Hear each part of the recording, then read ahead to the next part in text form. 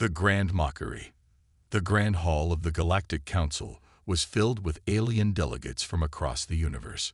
Towering reptilian warlords, multi-eyed insectoids, and glowing energy beings sat in their designated seats, whispering among themselves. The air hummed with the sounds of 100 different languages, but one emotion was common: amusement. At the center of the hall, a massive holographic display showed clips of Earth's history. Explosions, wars, and primitive human conflicts flashed across the screen. The audience chuckled as they watched humans fight among themselves with weapons that seemed ancient compared to the advanced technology of the galactic races.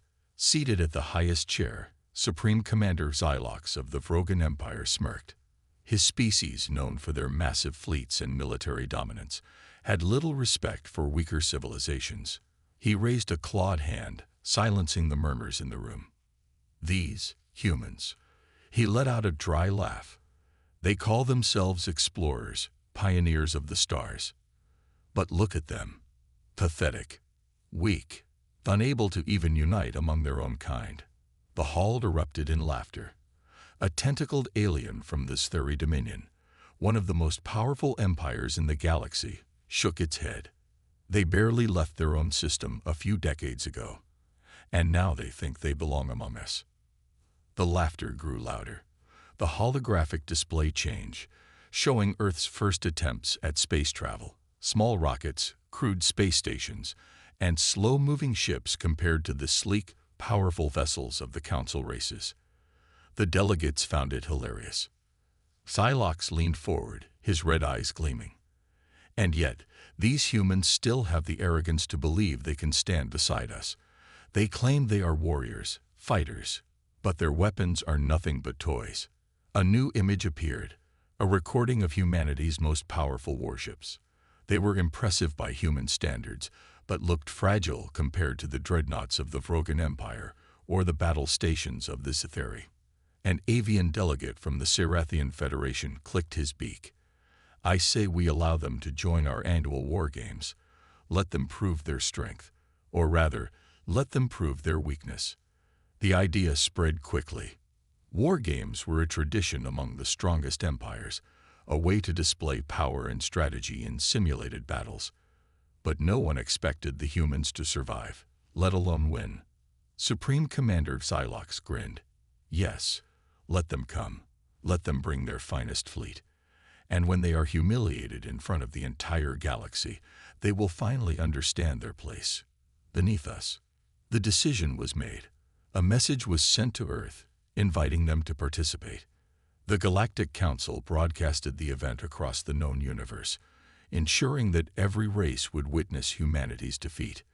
On Earth, the silent response. Deep inside a hidden military base on Earth, the leaders of humanity gathered around a long table. Generals, admirals, scientists, and world leaders sat in silence as the alien transmission played on a massive screen. They watched the galactic races mock them, laugh at their struggles, and insult their existence. Some clenched their fists. Others stared at the screen in cold fury. The transmission ended, and the room remained silent for a long moment. Then, Admiral Jonathan Hayes, the commander of Earth's secret fleet project, leaned forward. They think we are weak, he said, his voice calm. They think we are nothing but fools playing with fire. Dr. Evelyn Carter, the lead scientist of Earth's most advanced research division, nodded. They do not know what we have built, what we have been preparing. The world leaders exchanged glances. For years, humanity had worked in secret, pushing the limits of technology, developing weapons beyond anything the aliens had seen. They had kept their advancements hidden, knowing that revealing their power too soon would invite war. Now, the galaxy was giving them a chance to show their true strength. The president of Earth stood up. Then we accept their invitation, he said. Let them mock us. Let them believe we are weak. A small smile formed on Admiral Hayes' face.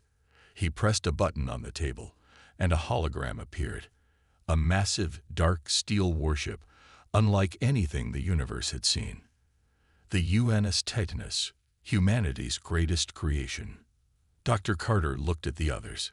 When the time is right, they will see what humanity is truly capable of. The decision was made. Humanity would go to the war games. And when the time came, the galaxy would never laugh at them again. The arrival of the UNS Titanus. The war games were held in the Zyphera expanse, an open void near the center of the galaxy. It was a battleground where only the strongest fleets dared to compete. The most powerful empires had already gathered, their warships hovering like silent predators. Massive dreadnoughts from the Vrogan Empire loomed in the darkness, their hulls reinforced with living metal. Swarms of Zetheri Dominion bioships pulsed with eerie energy, their forms shifting as if alive. The Sirathian Federation's sleek, avian-designed cruisers moved in perfect harmony, their golden armor reflecting the distant light of dying stars. Every race had come to watch humanity fail. The laughing spectators. On the viewing station, alien dignitaries and warlords gathered in luxury, sipping exotic drinks as they observed the battlefield. Supreme Commander Xylox sat at the center, his claws resting on the armrests of a throne-like chair. His red eyes gleamed with amusement. They actually came, he chuckled, watching as a small fleet of human ships entered the battlefield. The audience erupted into laughter. Compared to the enormous vessels of the galactic powers, the human ships looked tiny, outdated, and weak. Even their flagship, the UNS Valkyrie, was barely half the size of the smallest Vrogan battleship. A Sirathian officer clicked his beak mockingly. I hope they brought their best pilots. They'll need them just to survive the first 5 minutes. The Zetheri warlord, a creature of writhing tendrils, let out a gurgling laugh. 5 minutes. You are too generous. I say they won't last 3. The war games were about to begin, and no one expected humanity to last. A silent transmission. Inside the UNS Valkyrie, Admiral Jonathan Hayes sat in his command chair, watching the enemy fleets prepare. He was calm, his expression unreadable. Status, he asked. All ships are in position, his tactical officer replied. The enemy has no idea. Hayes nodded. The enemy had no idea. In the darkness beyond the battlefield, hidden behind the gravity well of a nearby gas giant, something waited. Something massive. A single encrypted transmission was sent. Initiate arrival sequence. The moment that changed everything. The countdown for the war games began. 3, 2, 1. Before the first shot was fired, space itself trembled. A wave of gravitational force rippled across the battlefield, shaking even the largest warships. The stars seemed to bend, as if reality itself was shifting. Every alien fleet scrambled to analyze the anomaly. And then it appeared. The UNS Titanus emerged from hyperspace, a monstrous, impossibly large warship, unlike anything the galaxy had ever seen. It was a leviathan of steel, its hull dark as midnight, its surface covered in energy-reactive plating that shimmered with an eerie glow. The laughter in the viewing station stopped. Silence fell as thousands of alien sensors scrambled to scan the unknown vessel. Xylox sat up, his claws gripping the armrests tightly. His voice, once filled with mockery, was now filled with shock. What is that? A ship beyond understanding. The UNS Titanus was not just large, it was something else. Its size dwarfed even the Vrogan dreadnoughts. Its energy readings were off the charts. Its weapon systems, though inactive, were unlike anything seen before. Alien admirals barked orders, desperate to make sense of what they were seeing. Every database was searched, every war record examined, but there was nothing. This ship should not exist. Yet there it was. The first mistake. Panic spread through the alien ranks. But Supreme Commander Xylox, refusing to believe what he saw, snarled and slammed his fist against the armrest. I don't care what it is, he roared. Destroy it. The order was given. Hundreds of alien warships locked onto the UNS Titanus, their weapons charged, their targeting systems calculated. And then, in perfect unison, they fired. What happened next would shake the galaxy. The battlefield shifts. The moment the order was given, the stars lit up with fire. Hundreds of alien warships unleashed their full firepower. Plasma cannons roared, ion beams cut through space, and hyper-torpedoes streaked toward their target. The entire battlefield erupted in energy, a storm of destruction aimed at one ship, the UNS Titanus. The alien commanders watched, expecting the human vessel to shatter under the sheer force of the attack. The viewing station was filled with anticipation, their expressions eager to witness humanity's final humiliation. But then, nothing happened. The moment the first plasma bolts reached the UNS Titanus, they simply vanished. No explosion, no damage, just nothing. The energy beams curved unnaturally, dissolving into the void before impact. Hyper-torpedoes disintegrated mid-flight, as if they had never existed. The most powerful weapons in the galaxy, capable of melting moons, were being absorbed like raindrops into an ocean. The silence that followed was deafening. The fear begins. Alien admirals scrambled to check their targeting systems. Their weapons had fired. Their calculations were correct. But the UNS Titanus remained untouched. Xylox's claws tightened around his throne. His heart pounded. What kind of defense is this? His officers frantically analyzed the ship. Supreme Commander, this is impossible. We're detecting 0 damage. Their hull integrity is at 100%. The warlords in the viewing station, once laughing at humanity, now leaned forward with narrowed eyes. The fear was spreading. The first counterattack. Inside the command bridge of the UNS Titanus, Admiral Hayes watched the alien fleets descend into panic. He remained calm. "They're testing us," he said. "They still don't believe we're a threat." His second-in-command, Captain Reynolds, smirked. "I think it's time we show them what we're capable of." Hayes nodded. "Prepare the singularity cannons. Target their lead dreadnought." The singularity cannons, the most advanced weapons ever created by humanity. Their activation sent a ripple through space. The hull of the UNS Titanus hummed with an eerie pulsing glow. The front section of the ship shifted, revealing enormous energy channels lined with shimmering blue light. Across the battlefield, alien sensors went into overdrive. Their systems screamed with warnings. Power buildup detected. But the readings made no sense. The energy levels coming from the UNS Titanus were not just high. They were off the scale. The shot that changed the galaxy. Admiral Hayes gave the order. Fire. From the front of the UNS Titanus, one blast was fired. A beam of condensed gravitational energy, as dark as the void itself, streaked across space. It moved faster than light, distorting reality as it traveled.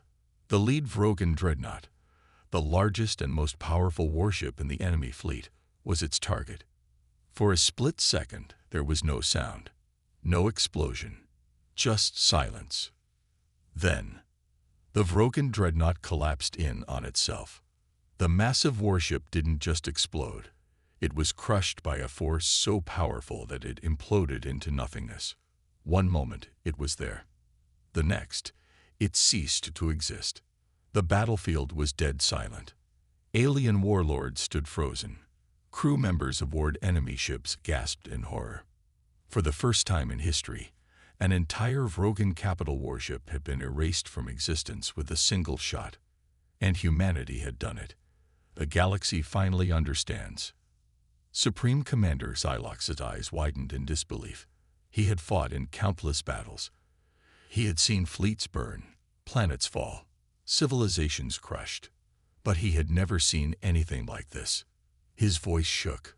What kind of weapon? One of his officers, pale and trembling, whispered, "Supreme Commander, if they can do this to one ship, they can do this to all of us." Panic spread like wildfire. Alien captains hesitated. Some began issuing retreat orders. They had mocked humanity. They had laughed. But now, they were afraid. Admiral Hayes' message to the stars. Inside the UNS Titanus, Admiral Hayes calmly observed the battlefield. He knew what was happening. He had seen it before, the shift from arrogance to fear. Humanity had always been underestimated, until now. Hayes opened a communication channel. His voice was firm, steady, unshaken. To the assembled fleets of the Galactic Council, he said, "Stand down or be erased." The war had just begun. Humanity strikes back. For the first time in history, the battlefield was silent. The Vrogan dreadnought, once an unbreakable titan of war, had been erased, not destroyed, not wrecked or shattered, but wiped from existence as if it had never been there. The alien fleets, once confident in their superiority, now faced something they had never imagined, a human warship capable of bending the very fabric of reality. In the command center of the Galactic Council's observation station, Supreme Commander Xylox sat frozen, his claws gripping the armrests of his chair so tightly they cracked under the pressure. His officers stared at their data screens in disbelief. This is impossible," one of them whispered. Another stammered, "They have technology beyond our understanding." The truth was crashing down on them all at once. Humanity, the species they had mocked, had surpassed them all. The panic begins. Across the alien fleets, officers screamed orders. All ships, evasive maneuvers. Get out of range. Now. Redirect power to shields. We don't know what they'll do next. But deep down, they all knew the truth. Their defenses meant nothing. The UNS Titanus had ignored their strongest weapons. The humans had unleashed a single shot, and it had erased one of the most powerful warships in the galaxy. Now the aliens faced a terrifying question. How many more shots did the humans have? Humanity's next move. Aboard the UNS Titanus, Admiral Jonathan Hayes watched the alien fleets descend into chaos. He had seen this before. Fear. It always started the same way. Arrogance turning into disbelief, then into hesitation, then into panic. The galaxy had believed humanity was weak. Now, they were learning the truth. Hayes turned to his weapons officer. "Status of the fleet." "All ships standing by, Admiral," the officer replied. "The enemy is in complete disarray. Some are trying to flee." Hayes gave a small nod. "Then let's send a message." His voice remained calm as he issued the next order. "Lock onto their flagship. Fire." A warning shot, the shot that shook the stars. A second singularity cannon began to hum, its energy readings spiking off the charts. Every alien ship in the system detected it instantly. A power so immense, so unnatural, that it sent pure terror through their ranks. And then it fired. This time, the shot didn't target a ship. It missed, on purpose.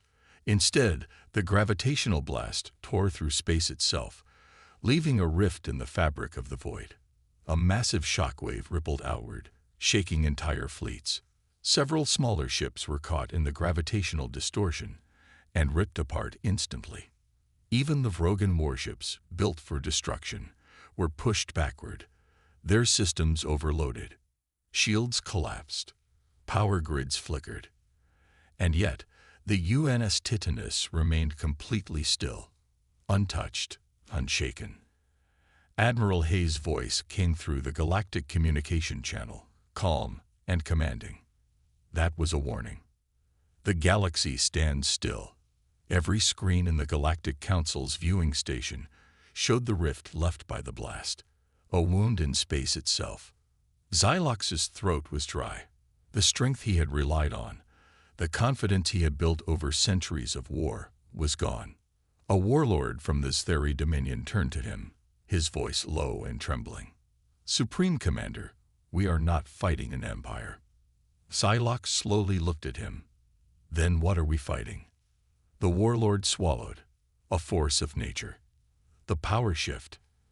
In the command decks of alien warships, admirals hesitated. Their crews stared at them, waiting for orders. But what could they say? Fight. against something that ignored their weapons, retreat, and admit that humanity had already won. It was in that moment that they understood something their leaders had never considered. Humanity had never been weak. They had simply been waiting for the right moment to show their true power. Admiral Hayes' final warning. On the bridge of the UNS Titanus, Admiral Hayes watched his screen as dozens of alien ships hesitated, caught between fear and pride. Some still had their weapons armed. Some were already turning to flee. He took a breath, then gave his final warning. We did not come here to destroy you. We did not come here to conquer. But if you fire upon us again, we will finish what we started. His voice was calm, controlled, absolute. Decide wisely. And in that moment, the fate of the galaxy shifted forever. The fall of arrogance. The battlefield hung in unnatural silence. The rift left by the UNS Titanus warning shot still lingered, a scar in the very fabric of space. The gravitational shockwave had crippled smaller ships, and even the mightiest alien vessels struggled to maintain control. No one spoke. No one moved. For the first time in galactic history, the dominant empires of the universe stood powerless before a single human warship. Psylocke's desperate gamble. Inside the Galactic Council's viewing station, Supreme Commander Psylocke sat motionless. His once confident gaze was now hollow, his red eyes darting between the holograms showing his fleets in disarray. They were the most powerful armadas ever assembled. They had never lost. And yet, here they were, paralyzed by fear. A low growl escaped Psylocke's throat. No, he couldn't accept this. He wouldn't accept this. He slammed a fist against the console. Fire again. All ships. Full power. Do not hesitate. His officers hesitated. One of them, a young Vrogan tactician, turned to him with widened, fearful eyes. Supreme Commander, he whispered, if we attack, they will retaliate. Psylocke snarled. They're bluffing. But deep down, a terrifying thought crept into his mind. What if they weren't? The breaking point. Across the battlefield, alien officers stared at their commanders, waiting for orders. Some were loyal to their pride, ready to fight, even if it meant annihilation. Others, the wise ones, saw the truth. If they fired again, the UNS Titanus would not hold back. Aboard a Cyrathian flagship, Admiral Varin, a veteran of over 100 battles, made his decision. His clawed hand hovered over the command panel, then slowly deactivated his weapons system. Stand down, he ordered. His officers looked at him in shock, but he held firm. He had seen enough wars to recognize the impossible, and humanity was impossible. One by one, other ships followed. Steri warlords muttered in hushed tones as their bioships retracted their energy spikes. Smaller factions, those without the ego of the larger empires, began retreating. A ripple effect spread. The unthinkable was happening. The Galactic Council's fleets were surrendering. The moment of absolute humiliation. Psylocke watched in horror as ship after ship powered down. It was betrayal, weakness, cowardice, and worst of all, it was proof that humanity had won. His claws trembled. The weight of centuries of dominance was crumbling in a single moment. And then the final blow came. Admiral Hayes' voice echoed through the open comms. This battle is over. Psylocke's breathing was ragged. His blood boiled with rage. How? How? But the voice continued. Calm, steady, powerful. You mocked us. You called us weak. You believed we were nothing but primitive creatures. Hayes let the silence linger before delivering the final words that shattered the Supreme Commander's pride. Now you understand. Now you see the truth. Psylocke's claws dug into the console, his vision blurred with fury, shame, and disbelief. Because Hayes was right, and the galaxy would never see humanity the same way again. The aftermath of defeat across the fleet, thousands of alien soldiers sat in silence, their weapons inactive. Galactic broadcasts had captured everything. Millions of beings across the universe had witnessed the fall of the strongest empires and the rise of a new power. Messages poured in from neutral worlds. Some hailed humanity as the new rulers of the stars. Others, terrified of what they had seen, offered peace treaties before a war could even begin. The galaxy had mocked humanity. Now they feared them. Xylox's final decision. Inside the command center, Xylox's breath was heavy. He had never lost before, never tasted humiliation like this. For the first time in his long career, he did something he had never done before. He lowered his head, and with a voice barely above a whisper, he uttered two words no one thought they would ever hear from a Vrogan Supreme Commander. We surrender. The war was over, and humanity had won. The message to the galaxy. The war was over before it had even truly begun. The mighty fleets of the Galactic Council, once symbols of unstoppable power, now drifted silent and powerless. The airwaves that had once carried laughter and mockery were now filled with hushed whispers of fear and disbelief. Humanity had arrived, and everything had changed. The transmission that shook the stars. From the command deck of the UNS Titanus, Admiral Jonathan Hayes stood before a massive holographic display. Across the screen, thousands of alien worlds watched in real time, their leaders, soldiers, and citizens glued to their broadcasts. Hayes' face was calm, unshaken, as he spoke. This was never a war. His voice carried across the entire galaxy. Every empire, every fleet, every ruler who had once dismissed humanity as a joke now hung onto his every word. You invited us here to be humiliated, to be mocked, to be crushed before your so-called superior civilizations. A long pause. Silence stretched across the battlefield, across the thousands of warships that had once looked down on Earth. Then Hayes continued. But today, the joke is over. Today, you have seen the truth. He let those words linger. Make them feel it. The Galactic Council's response. Back in the Grand Hall of the Galactic Council, the ruling members sat in stunned silence. Some still clenched their fists in denial, refusing to believe what they had seen. Others trembled, their minds racing with the implications. Humanity hadn't just survived the war games. They had dominated it. The Sirathian ambassador, once a proud voice against humanity's inclusion in the council, now looked pale. His wings twitched nervously.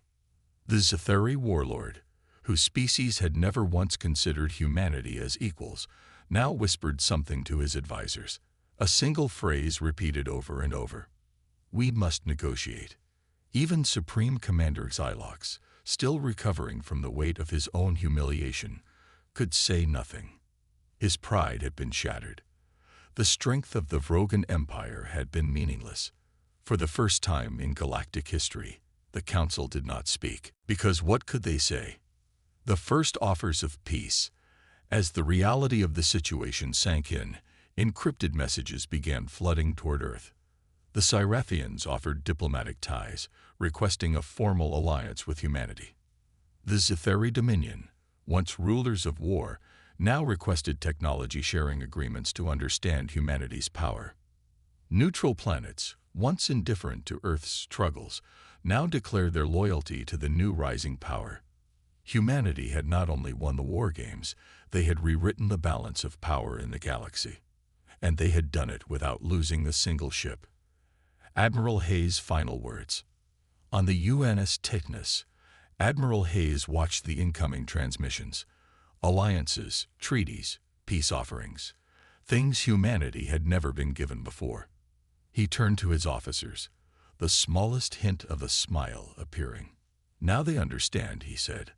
A pause. Then he pressed a button on his console, sending out one final broadcast before ending the transmission. We are humanity, and we are here to stay. And with that, the UNS Titanus turned, its engines humming with quiet power. No longer an outsider, no longer a joke, but a force that would shape the future of the galaxy. The legend of Earth. The UNS Titanus drifted through the void, its monolithic frame casting a shadow over the silent battlefield. The war games had ended, but their impact would last forever. Every alien fleet remained motionless, watching as the impossible had unfolded before them.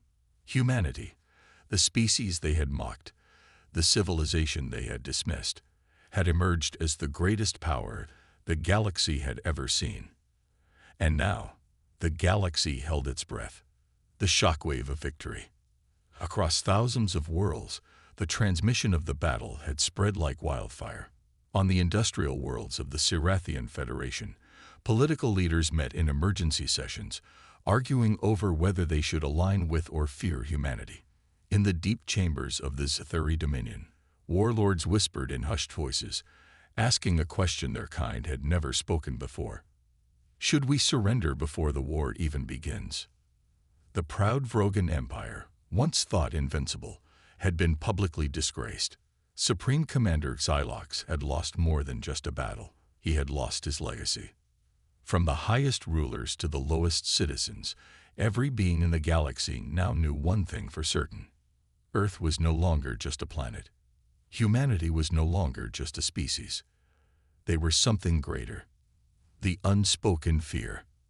As the UNS Titanus prepared for departure, a chilling realization spread through the alien ranks. Humanity had never attacked first. They had never started a war, never fired a shot out of aggression. And yet, with a single ship, they had brought the strongest empires to their knees. If this was what Earth was willing to show, what else were they hiding? The unspoken question passed from fleet to fleet, from commander to commander. If a single human warship could erase a dreadnought from existence, what could an entire fleet of them do? Xylox's final words. On the viewing station, Supreme Commander Xylox sat motionless, staring at the battlefield. He had spent his entire life believing in Vrogan supremacy, and in the span of a single battle, it had been shattered. One of his officers hesitated before speaking. Orders, Supreme Commander. Xylox closed his eyes.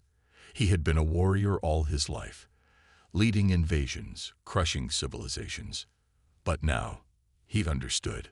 With a deep breath, he spoke his final command. We do not make enemies of them. His officers stiffened in shock. We do not provoke them, he continued, his voice quieter. We do not test them. Xylox turned his gaze toward the departing UNS Titanus, his claws tightening into a fist. Because if we do, we will not survive. The new galactic order. As the UNS Titanus vanished into hyperspace, the war fleets of the Galactic Council remained behind, silent and powerless. The old balance of power had been broken. No longer would humans be seen as weaklings, primitives, or inferiors. They were now the greatest force in the stars. And deep in the corners of the galaxy, far beyond the reach of the Council, others watched the transmission as well. Shadowed figures, hidden warlords, unseen threats lurking in the darkness. Humanity had revealed their power. And now, the true game would begin. Final transmission from Earth. Back on Earth, global celebrations erupted. The transmission of the war games had united humanity like never before. No longer a backwater species, no longer ignored. They were feared. They were respected. They were legends. The final message sent from Earth to the Galactic Council was simple. We are humanity, and we are watching. The galaxy would never be the same again. End of story.